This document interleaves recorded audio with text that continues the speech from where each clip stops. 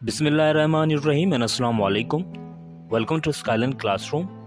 स्काइलन classroom में आज का हमारा टॉपिक है लेट को इस्तेमाल करना, LET लेट और लेट्स को इस्तेमाल करना। ठीक है, दोनों जो वर्ड्स हैं लेट और लेट्स, इनको कंफ्यूज किया जाता है एक दूसरे के यूजेज के अंदर। तो आज हम देखेंगे कि कैसे हम लेट को इस्तेमाल करते हैं और कैसे हम लेट्स को इस्तेमाल करते हैं। तो आइए शुरू करते हैं। अब देखें लेट, LET लेट, जो लेट है इसका मतलब अगर हम उर्दू में देखें तो इसका उर्दू में मतलब होता है दो, करने दो। ठीक है ना, कोई चीज़ करने दो। फॉर एग्ज़ाम्पल जिस तरीके से आप बोलते हैं कि मुझे जाने दो, लेट मी गो। ठीक है, हमें काम करने दो, लेट अस वर्क। हमें पढ़ने दो, लेट अस रीड। मुझे खाने दो, लेट मी ईट।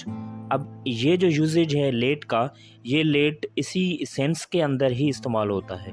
ठीक है, और इसमें बहुत सारे जो इसका जो स्ट्रक्चर है वो स्ट्रक्चर ये है कि आप पहले लगाएंगे लेट, लेट के बाद प्लस में ऑब्जेक्ट आ जाएगा। ठीक है, और प्लस वर्ब आ जाएगा उसकी first form, and then object आ जाएगा। जैसे आपने कहा कि लेट मी गो, मुझे जाने दो। लेट मी रीड, मुझे पढ़ने दो। लेट अस गो इनसाइड, हमें अंदर जाने दो। लेट अस स्लीप, हमें सोने दो।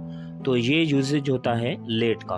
अच्छा, एक दूसरा यूजेज है लेट का, वो हम देखेंगे कि किस तरीके से लेट को इस्तेमाल करेंगे कि तुम्हें टाइम पर पता चलेगा, time will let you know. ठीक है, अब यहाँ पर देखें लेट का मतलब होता है, हमने कहा था ना कि लेट का मतलब होता है करने दो, मतलब कोई भी काम करने दो, खाने दो, पीने दो, सोने दो, उठने दो। पर यहाँ पर जब हम कहते हैं कि time will let you know, तो यहाँ पर इसका यूजेज ये है कि आपको वक्त बता देगा। ठीक है, I will let you know, मैं तुम्हें बता दूंगा। तो यहाँ पर लेट का मतलब है बता देना। ठीक है, कोई भी चीज़ करवा देना या करके देना, जिस तरीके से आप बोलते ना, तो वहाँ पर आप लेट को I will let you know, मैं तुम्हें बता दूंगा, या time will let you know. ठीक है, या मुझे बता देना, आप किसी से कहते हैं ना कि अगर आप आए तो मुझे बता देना, let me know if you come. ठीक है, तो यहाँ पर लेट मी नो, ठीक है, मुझे बताने दो, इसका मतलब ये नहीं होगा मुझे बताने दो, बल्कि होगा मुझे बता देना। तो लेट के दो यूजेजेस होते हैं, एक तो यही यूजेज होता है जो कि इसकी मीनिंग के मुताबिक होता है, जो मैंने आपको अभी अभी बताया।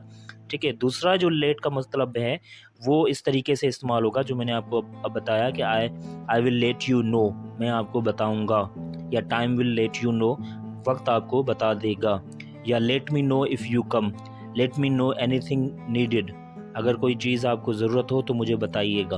तो यहाँ पर मुझे बताइएगा अगर आपको किसी चीज़ की ज़रूरत है, तो वहाँ पर भी आप let me know if you need anything.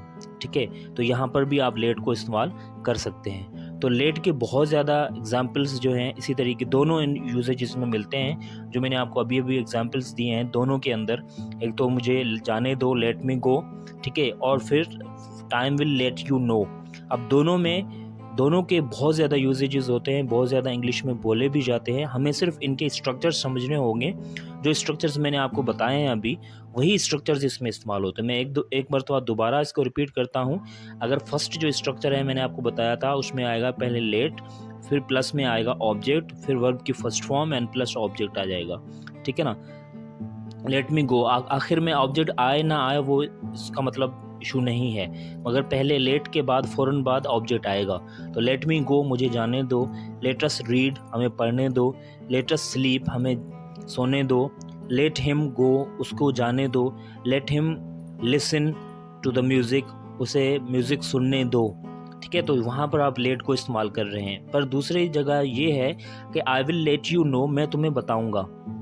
ठीक है, या लेट मी नो, मुझे बताओ, if you have any problem, अगर तुम्हें कोई प्रॉब्लम है। तो यहाँ पर भी आप लेट को इस्तेमाल कर रहे हैं। मगर यहाँ पर जो लेट को इस्तेमाल कर रहे हैं, मैंने आपको बता दिया कि यहाँ पर इसकी मीनिंग हालांकि वही सेम नहीं होती जैसे हम पहले स्ट्रक्चर में पढ़ कर आए हैं, पर इसका यूजेज वही होता है, उसका मतलब वही होता है कि मैं तुम्हें बताऊँगा, I will let you know, जैसे आपको बता।